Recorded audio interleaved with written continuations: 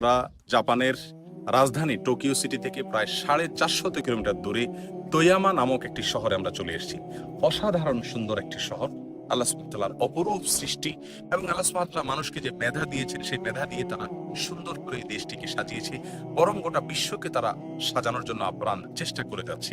আল্লাহর এই যে অপরূপ সৃষ্টি, এটা দেখে চিন্তা করা, ভাবনা করা, গবেষণা করা এবং এটা দেখে আল্লাহ সুবহানাহু ওয়া তাআলার অস্তিত্বকে বোঝা, এটা মুমিনের ঈমানের দাবি।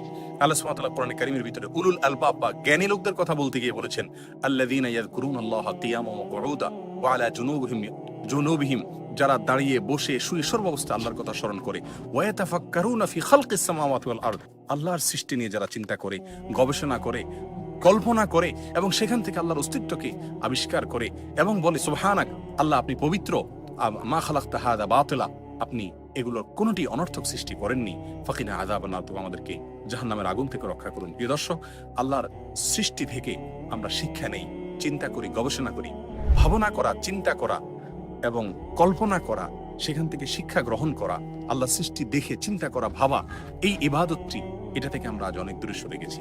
অতএব আল্লাহ সুবহানাহু ওয়া তাআলা আমাদের সকলকে আল্লাহর সৃষ্টি নিয়ে ভাবার তৌফিক দান করুন। জাযাকুমুল্লাহু খাইরা। আসসালামু আলাইকুম ওয়া রাহমাতুল্লাহি ওয়া বারাকাতুহু।